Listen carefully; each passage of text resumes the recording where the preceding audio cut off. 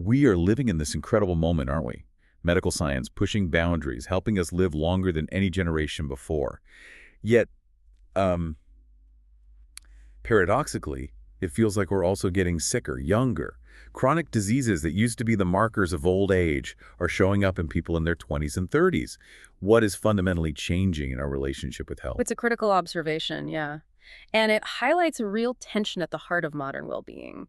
The stack of sources we're diving into today, drawn heavily from the insights of Dr. Ruslan Maskatov and related research, really confront this head-on. Absolutely. Today, we're taking a deep dive into this material articles, research excerpts, fascinating notes based on Dr. Maskatov's work to try and uncover what really shapes our health and longevity in this complex era. Our mission really is to cut through the noise, pull out the core ideas and surprising connections, and find the actionable wisdom that matters most for your well-being right now. And the sources set the stage by pointing to a pretty significant shift in medicine itself. Starting roughly in the mid-20th century, after the 1950s, there was this massive move towards intense specialization. Right, powered by incredible diagnostic tools we kind of take for granted today. Hmm. X-rays, MRI, CT scans, technology that lets us see inside the body with unbelievable precision. Precisely. Now, while these technologies are undeniably valuable, developed for greater accuracy, the material suggests an unintended consequence sort of emerged, a more fragmented view of human health.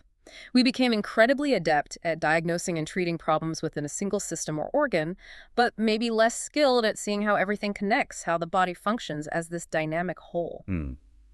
So while we got better at fixing the parts, we might have lost some understanding of the whole machine. Is that the idea? That's the central concern raised in the sources, yeah. Dr. Maskatov, who's kind of uniquely positioned with a medical family background, his mother a gastroenterologist, his father a traumatologist, and his own really diverse experience across orthopedics, manual therapy, psychology, he strongly advocates for reclaiming a truly integrated approach.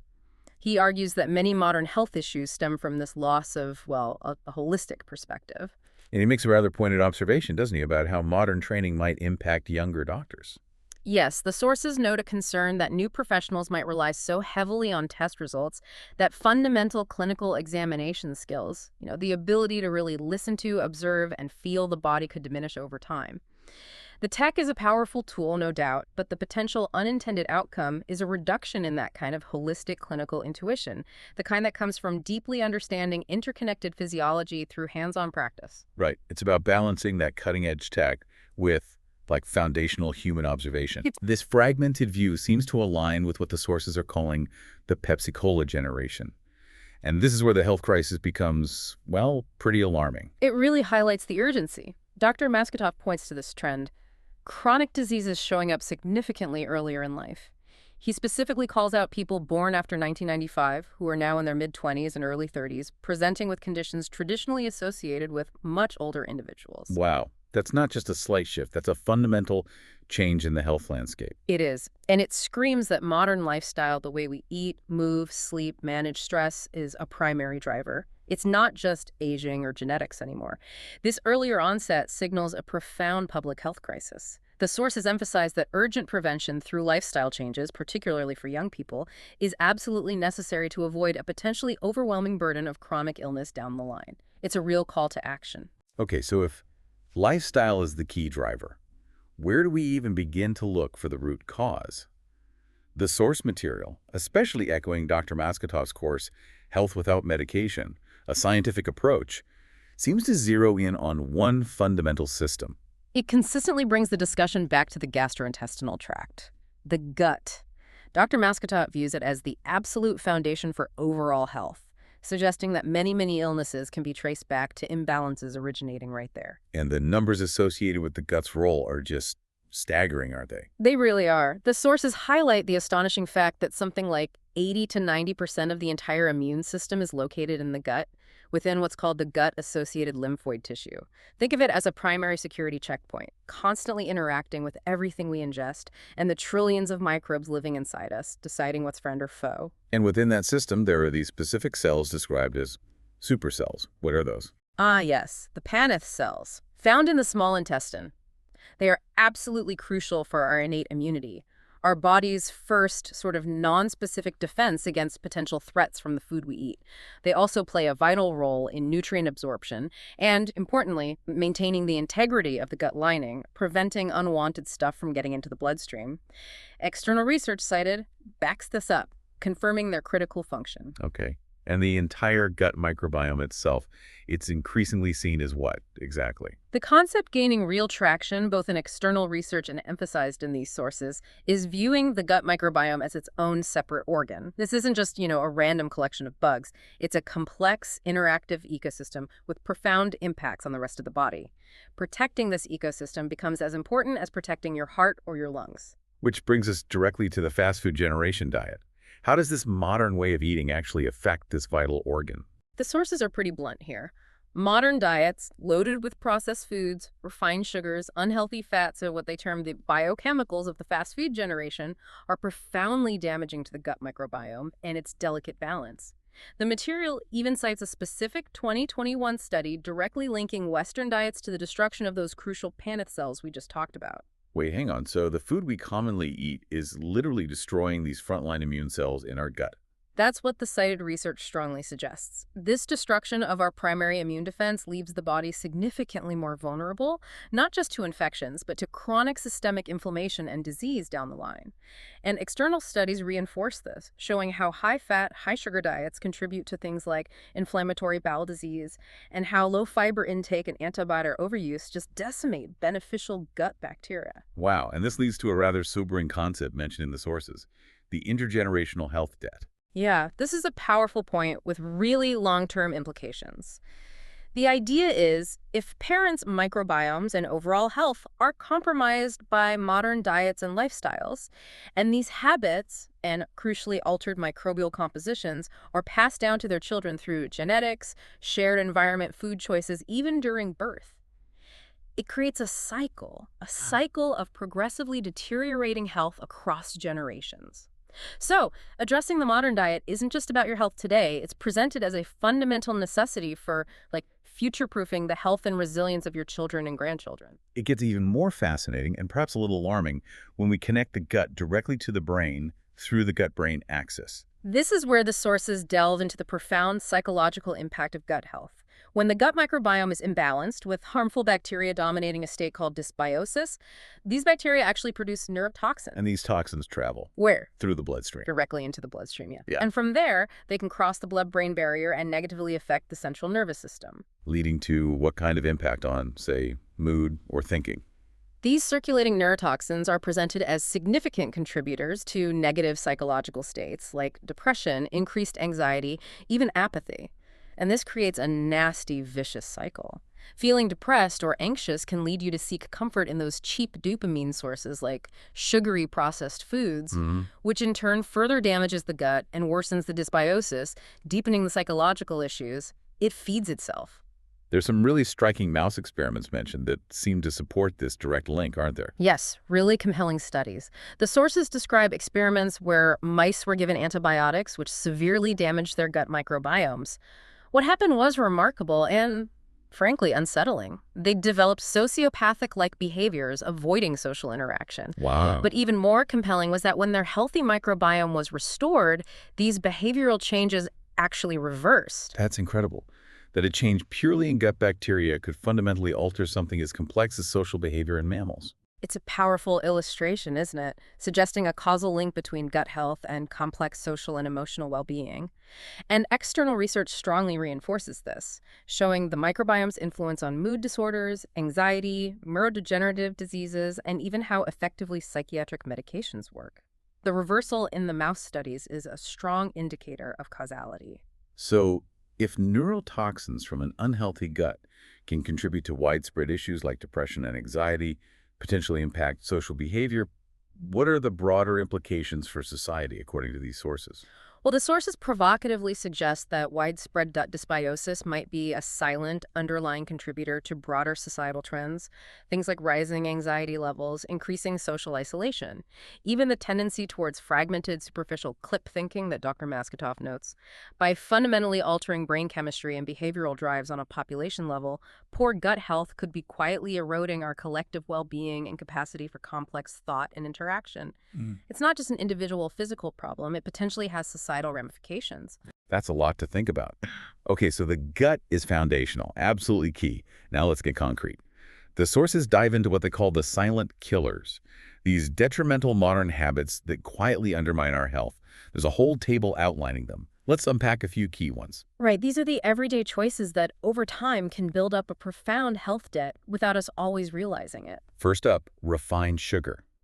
Dr. Maskatov's stance is famously blunt here, isn't it? Unequivocally, the sources advocate for its complete elimination to the stake, to zero, that's the phrasing used. Substitutes are dismissed as trickery. Refined sugar is presented as an ideal breeding ground for pathogens and parasites in the gut, directly undermining that foundation we just discussed. And the sources call it a powerful addiction, even comparing it to hard drugs. Yes, citing research, like rat studies, suggesting it can be more addictive than cocaine. The sources explain this addiction isn't just a lack of willpower, it taps into a deep evolutionary predisposition.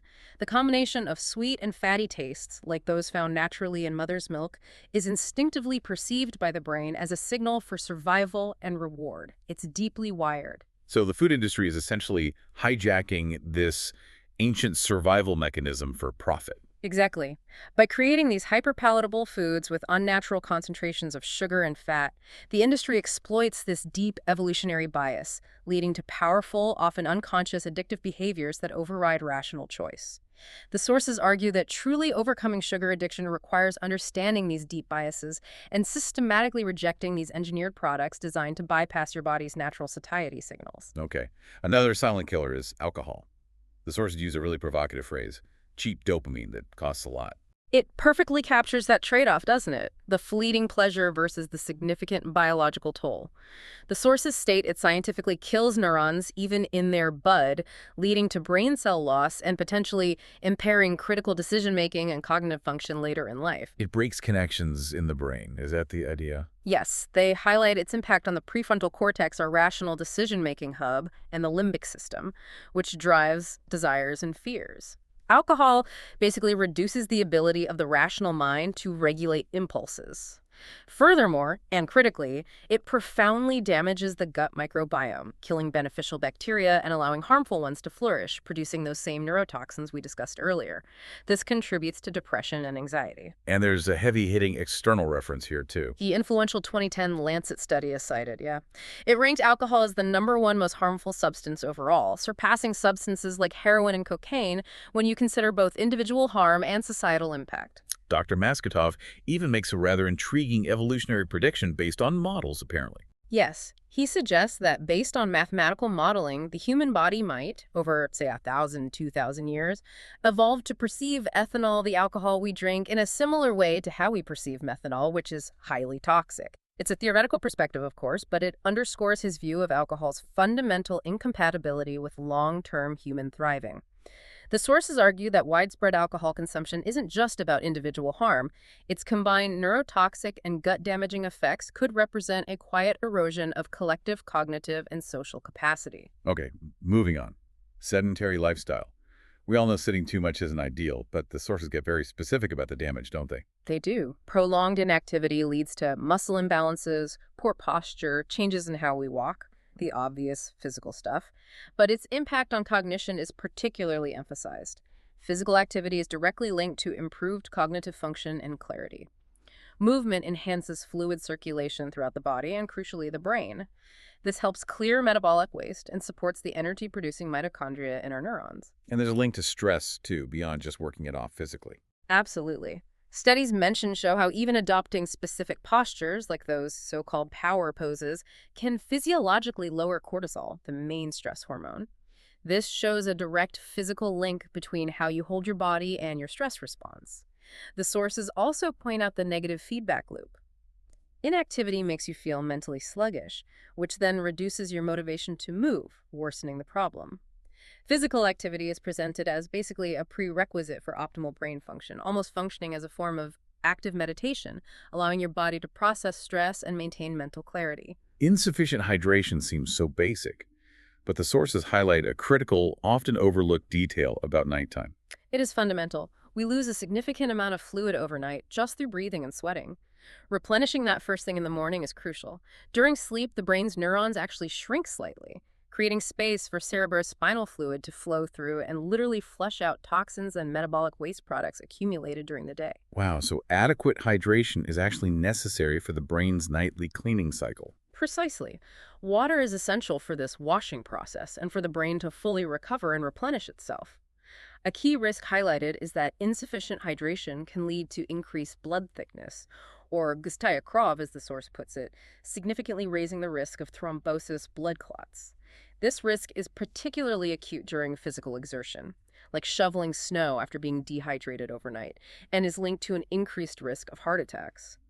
While we think of liver and kidneys for detox, the sources really emphasize water's crucial yet often underestimated role in the brain's vital nighttime cleanse.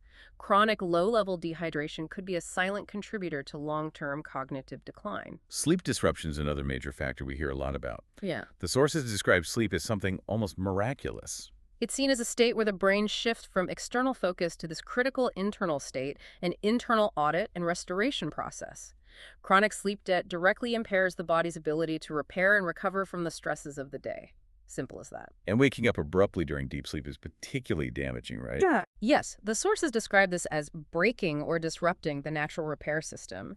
And a key detail often missed is that scientifically, teenagers, ages roughly 13 to 19, require significantly more sleep than adults, maybe 2 to 3 hours more, because of their rapid growth and development. Prioritizing consistent quality sleep and good sleep hygiene isn't just about feeling rested. It's presented as absolutely essential for fundamental cognitive functions like memory consolidation, learning, and emotional regulation. In our always-on world, optimizing sleep is a proactive strategy for building cognitive and emotional resilience. Chronic stress, Right. widely known to be harmful, but the source is connected to physical symptoms in a really deep way, using the term body memory. Right. Prolonged stress predictably causes chronic inflammation throughout the body. We know that. But the sources strongly emphasize this concept of body memory.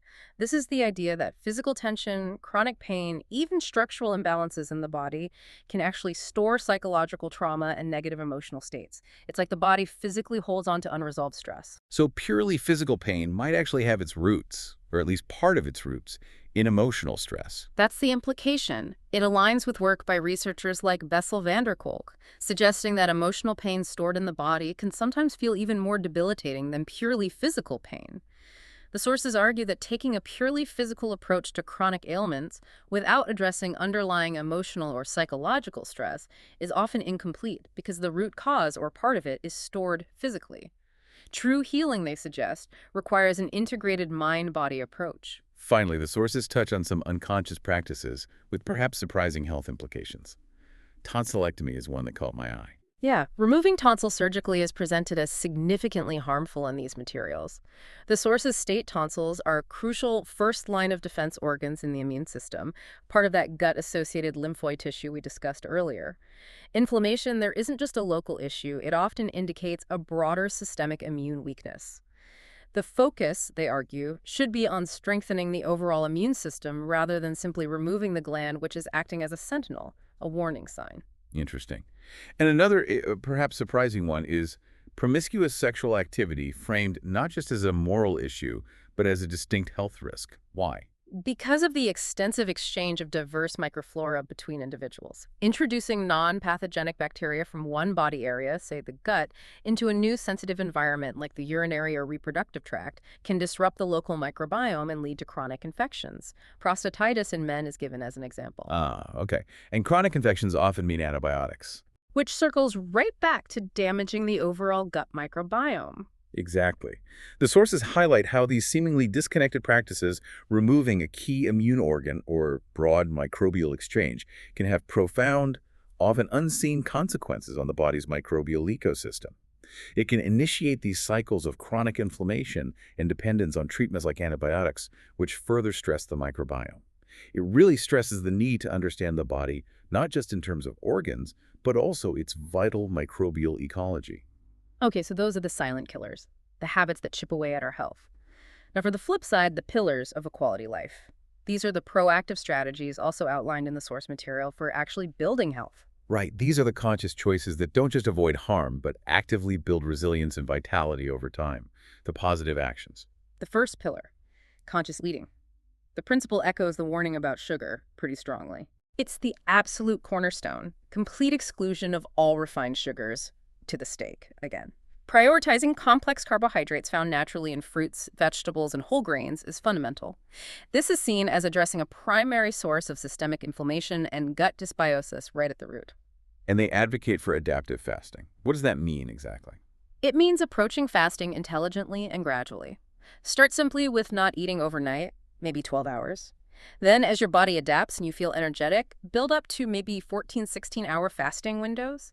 The sources suggest this practice can effectively reset the body to its evolutionary settings, activating deep-seated cellular repair mechanisms like autophagy and promoting self-healing. The old saying, you dig your grave with a knife and fork, is mentioned in this context too. Yeah, it emphasizes the wisdom of eat less, live longer. The sources argue that our constant abundance of processed food, which is so different from our evolutionary history of periods of scarcity, has disrupted natural biological rhythms. Moderate, controlled calorie intake, rather than habitual overeating, is presented as a key strategy aligned with our evolutionary past, unlocking the body's potential for resilience and longevity. Pillar 2. Optimized hydration. Sounds simple, but the source highlights a crucial detail about temperature and timing. Consistency and timing are key, yeah. Drinking sufficient clean water throughout the day is vital, but specifically emphasizing warm water first thing in the morning is highlighted. Why? To replenish the fluids lost overnight and aid the body's internal cleansing. The sources also note, interestingly, that warm water can sometimes be mistaken by the body for hunger, potentially helping to reduce overall food intake and regulate appetite. Huh. So drinking warm water isn't just about hydration. It might actually be a simple tool for appetite control. That's the intriguing implication. It's presented as a simple, accessible practice that can subtly influence metabolic signals and behavioral patterns, supporting those conscious eating efforts. Pillar 3. Purposeful movement. Daily activity is non-negotiable, it seems. Absolutely. And there's a strong emphasis on tailoring it to your individual body type, your somatotype, and how your nervous system is wired, your neurotypology. One-size-fits-all exercise isn't seen as the most effective approach. Simple, consistent actions like daily squats are highlighted as potent counters to the effects of prolonged sitting, aiding fluid circulation, and preventing muscle imbalance. Little things done consistently. They seem to steer clear of recommending intense professional sports training, though. Generally, yes. The focus is much more on consistent, moderate activity that supports overall health and longevity, rather than the potential injury risk and burnout often associated with peak professional performance. And the sources connect this purposeful movement directly back to improved cognition and stress reduction. Remember how we talked about posture and cortisol? Movement functions almost like active meditation, allowing your body and mind to regulate stress effectively. Pillar 4. Mastering breath. How does something as automatic as breathing become a pillar of health? Because breathing is unique. It's the only major physiological system in the body that's controlled both consciously and unconsciously. This gives us a direct pathway, a handle, to influence our autonomic nervous system, the part that regulates heart rate, digestion, our stress response, fight or flight, which is normally outside our conscious control. Interesting. So intentional breathing practices can be a kind of biohack to manage stress. Exactly. Practices like those mentioned Wim Hof or other specific techniques from different traditions like Falcon, Wolf, bear breathing are presented as fundamental tools for stress management and achieving physiological balance. They aren't just about relaxation in the moment. They are powerful, non-pharmacological ways to directly modulate your nervous system, offering real resilience against chronic stress and anxiety. Pillar 5. Restorative sleep. This ties back clearly to the earlier points about its critical importance. Yes, prioritizing consistent sleep is crucial. Maintaining a regular wake-up time, even on weekends, ideally within an hour or so, is highlighted for regulating your body's internal clock, the circadian rhythm. Getting enough duration is also key. Individual needs vary, but they stress recognizing those needs, maybe somewhere between 4 and 10 hours for adults, and remembering that teens need significantly more. And the point about avoiding deep sleep interruption remains important for this pillar. Absolutely crucial. The sources reiterate that avoiding abrupt awakenings during deep sleep is vital for the brain's critical internal audit and detoxification processes we talked about. Good sleep hygiene isn't just about feeling less tired, it actively supports and optimizes fundamental cognitive functions: memory, learning, emotional regulation. In a world that often undervalues sleep, prioritizing it is presented as a powerful strategy for building cognitive and emotional resilience. Pillar 6, mind-body harmony. This directly addresses that body memory idea we discussed. Exactly. This pillar is about actively addressing how psychological distress can manifest physically and vice versa. The sources mention Dr. Maskatov's specific method, which involves manual practices, lymphatic work, and visceral manipulation that's manual therapy for internal organs. And they state that it's scientifically shown to reduce anxiety and normalize stress hormones like cortisol. And this connects to really cutting-edge science, doesn't it? The Nobel Prize. It aligns incredibly well with the 2021 Nobel Prize awarded for the discovery of mechanoreceptors. These are the sensors in our body that respond to mechanical touch and pressure. And the Nobel-winning research demonstrated how these physical stimuli can trigger profound biochemical responses in the body. So these kinds of manual therapies aren't just easing muscles. They're potentially directly influencing our neurochemistry and emotions. That's the profound implication, yeah. The empirical success of these manual methods in reducing anxiety and normalizing cortisol, now supported by the scientific understanding of mechanoreceptors, suggests that the body isn't just a passive recipient of psychological stress, it's also a powerful therapeutic portal. Physical interventions can profoundly impact brain chemistry and emotional states, working synergistically with psychological approaches. It's very integrated. Finally, Pillar 7, continuous self-development. This one feels a bit less intuitive in a direct health context initially. It might seem unexpected, but the sources highlight a striking observation. Nobel laureates, individuals engaged in exceptionally high levels of intellectual activity throughout their lives, often have significantly longer lifespans than the general population. Interesting. Is it just correlation, or is there a suggested mechanism? The sources suggest that constant intellectual stimulation, learning new things, processing high-quality information, mobilizes the entire body in subtle ways. This cognitive engagement doesn't just keep the brain active and plastic. It also supports metabolic processes, potentially burns calories differently, and can build cognitive resilience against age-related decline. So lifelong learning isn't just for personal growth or career. It's actually presented as a legitimate longevity strategy. Precisely. It's presented as a powerful, often overlooked component of healthy aging and a fundamental aspect of maintaining vitality. Engaging your mind actively helps maintain overall biological function, it seems. Okay. These pillars paint a really compelling picture of health built through consistent conscious choices, actively moving away from those silent killers.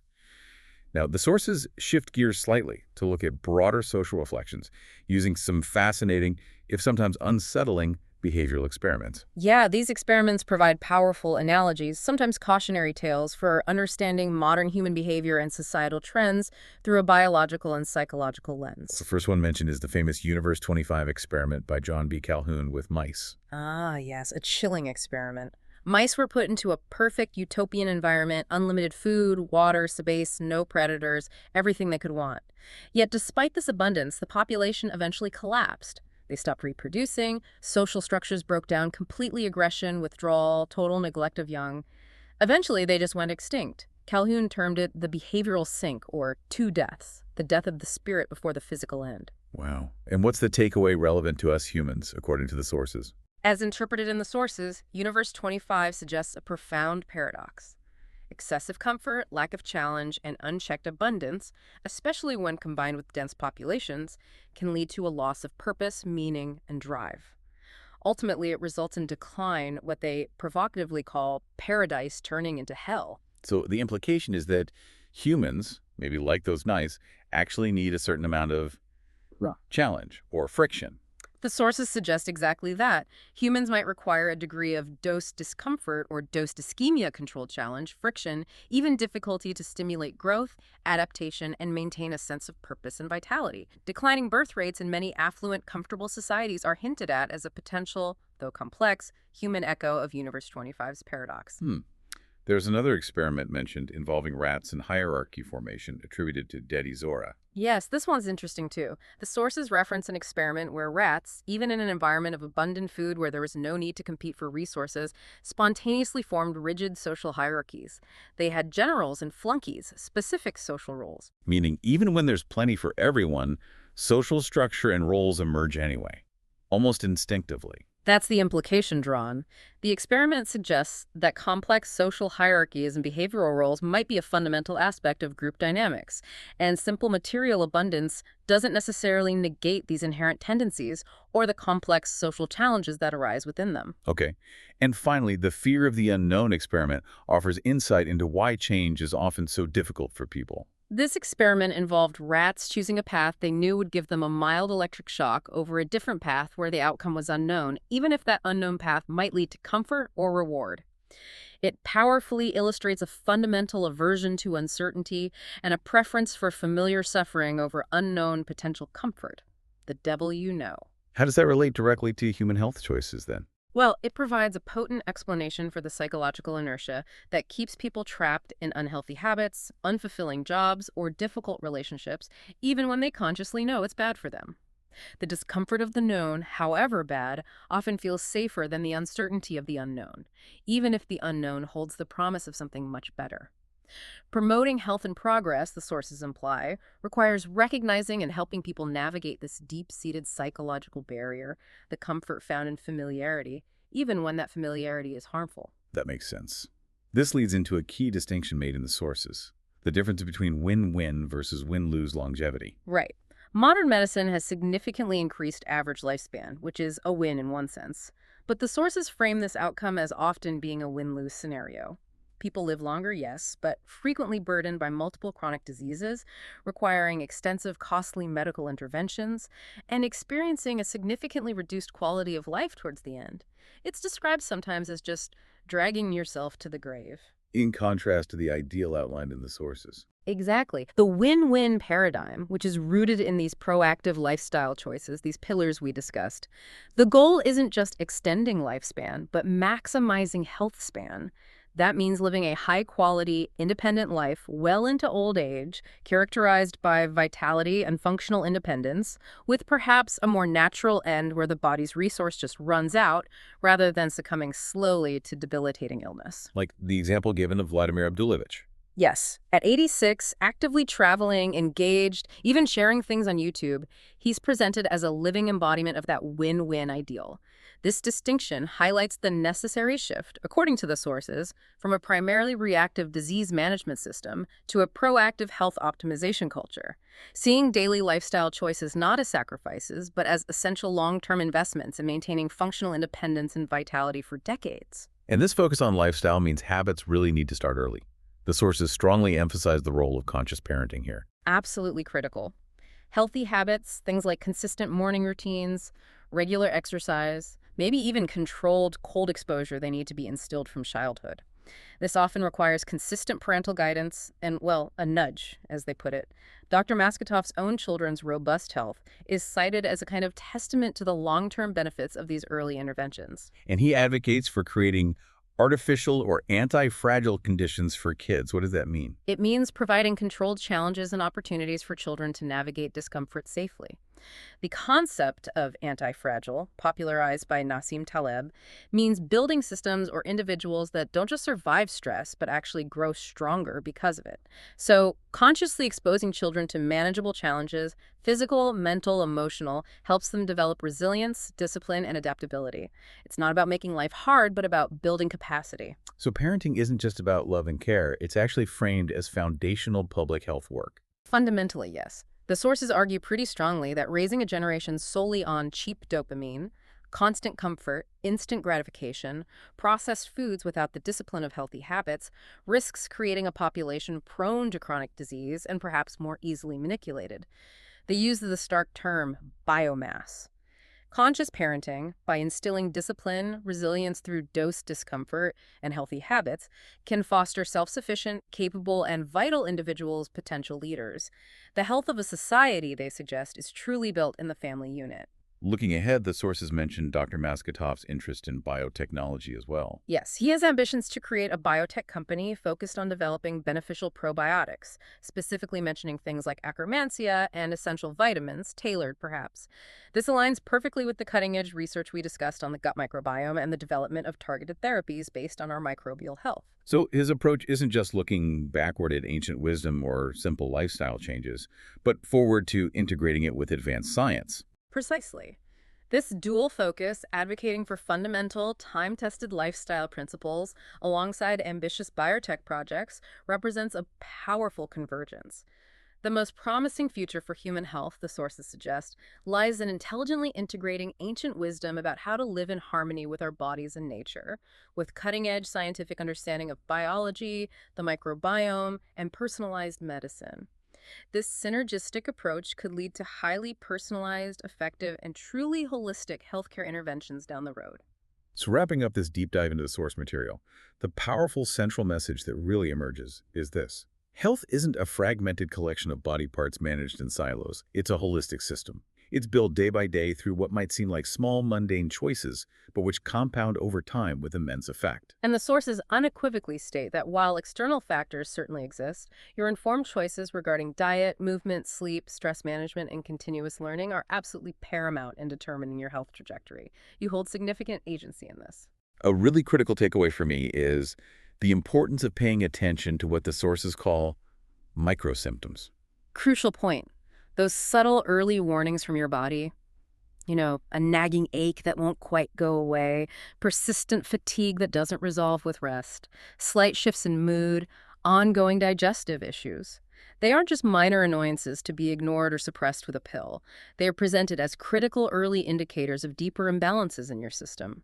Learning to listen to and interpret these signals empowers you to act early, addressing root causes long before they have a chance to manifest as major chronic illnesses. It's really about proactive self-detection and self-awareness. And it keeps coming back to that core concept, doesn't it? Building habits that bring expensive dopamine. Yeah, the deep, authentic, sustainable satisfaction and vitality derived from living in a healthy, vital body, achieving meaningful goals, having strong connections. This is contrasted sharply with the fleeting, ultimately detrimental gratification of cheap dopamine sources like refined sugar, processed food, excessive alcohol, maybe even endless scrolling. It's about consciously choosing long-term well-being over immediate, transient pleasure that often comes with a hidden cost. The sources make it abundantly clear that the ultimate choice for a life of functional vitality versus one potentially burdened by chronic disease lies largely with each of us, particularly for younger generations who have the incredible advantage of greater biological resilience, the biggest head start, you could say. This deep dive has really shown us the intricate biological, even psychological mechanics of that choice, hasn't it? From the microbes in our gut potentially dictating our mood and cravings, to the societal dynamics and experiments that influence our behavior and our fear of change. Perhaps the most profound challenge revealed here isn't simply knowing what better personal choices are, but actually navigating a world that seems increasingly structured around systems and stimuli that constantly push cheap dopamine at us from every angle.